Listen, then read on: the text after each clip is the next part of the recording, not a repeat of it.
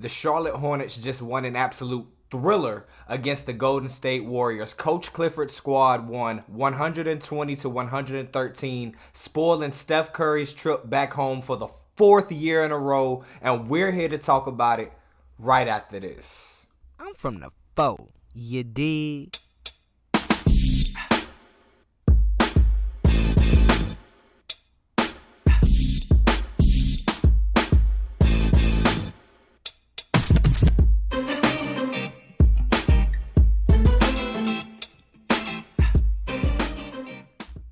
What's good, and welcome to The Way I See It. I am Jamario Rashad. This is a Carolina Panthers and Charlotte Hornet fan channel, so please do me a favor by hitting the like button, and please make sure you subscribe to the channel. I am on my road to 1K subscribers, trying to get this channel monetized. And with that being out the way, let's go ahead and dive into the crux of the video. Now, first, I am going to give you my key takeaways from this absolute banger that I just watched less than an hour ago. Still feeling a lot of emotion from the game. I sat at home, I watched it. I was up for all the fourth quarter. I was screaming for all the overtime, man. So this is when I was able to actually get my thoughts together. These are the key takeaways that I was actually able to articulate in my own mind, and now I'm going to actually give to you all. The first being that Coach Clifford was absolutely right about Nick Richards. If you've been watching the channel, a few weeks back, right before the season started, I made a video complaining about the fact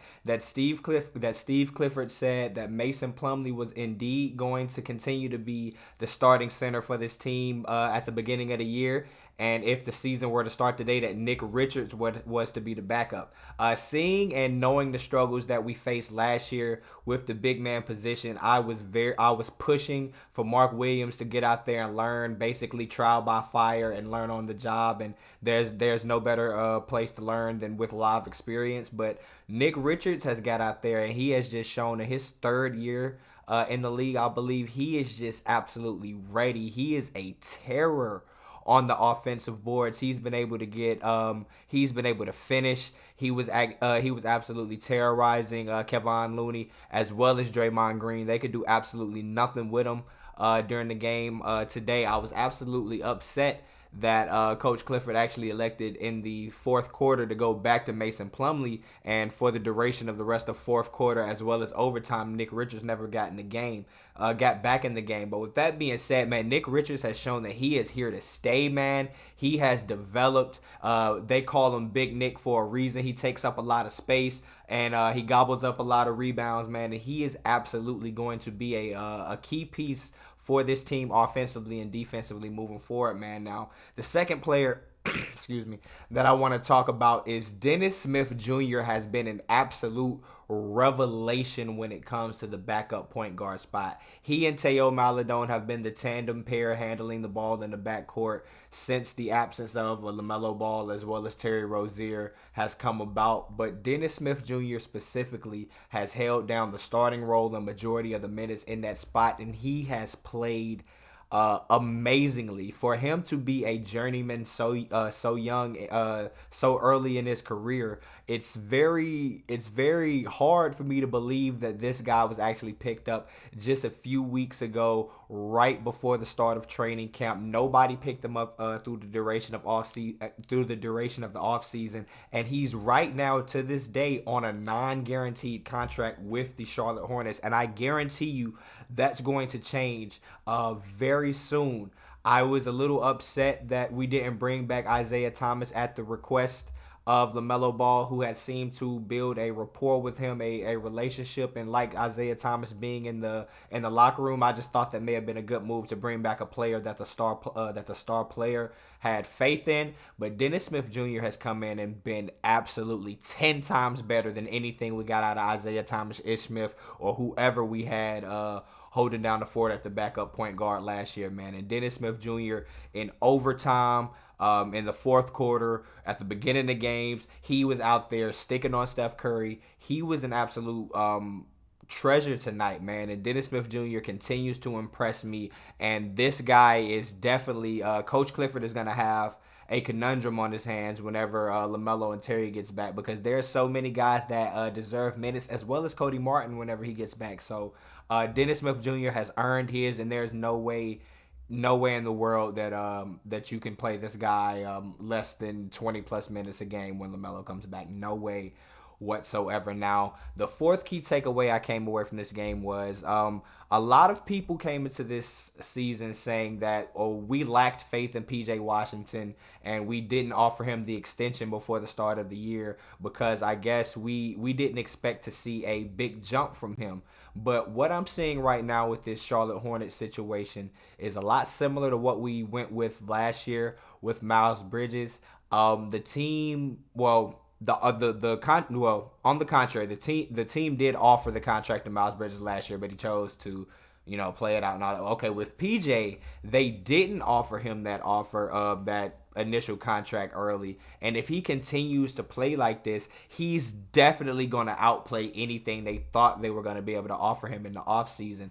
I truly believe that if given the opportunities that Miles was given last year with the absence of Gordon Hayward, PJ Washington would be able to make a Miles Bridges level jump when it comes to his production and how much he's able to put out each night in and night out. Each night out there on the floor, PJ Washington I have not seen this out of him. He has been a spot up shooter, and last year he came on as a strong defender, but he's putting the ball on the floor. I saw him bring it down a time or two. He's finishing strong in the paint. PJ Washington is a completely different player. So if he continues to play like this, man, the Charlotte Hornets are definitely going to take a jump forward whenever the rest of the team becomes healthy. And I want to see PJ Washington continue to get these opportunities as his development has been A1 so far this year. And I truly believe that he could potentially grow. And as this team continues to progress, he could potentially become a fringe all-star level player at some point this season. I truly do believe that. Now, the final takeaway that I want to speak on at the beginning stages of this video are the fact that this is more of a holistic overview of the franchise because a lot of complaints have been levied against them saying that we don't have talent or there's a lack of developed talent when it comes to the Charlotte Hornets development system overall. But majority of that has to be taken from people's opinion of what we've gotten out of these mid first round picks that come in with these lofty expectations that we've always wanted to break out and be a star, like potentially like a Donovan Mitchell, a Devin Booker, one of those mid round guys that actually turned out to be a franchise changer. And we have struggled to do that, and we just haven't been able to do that. But on the other side of the spectrum of that same thought, you have to look at who we took in the second round and over the last 3 to 5 years and say that those guys have developed and become very integral parts of this team, be it Cody Martin, Nick Richards, who I continue to mention a lot in this video, Jalen McDaniels, who was an absolute dog out there, JT Thor, who is getting a lot of minutes. We have second round picks that are playing big minutes for this team, and if their number is called, they can get out there and actually perform. So I believe there needs to be a lot more credit given to the Hornets organization when it comes to young player development. And as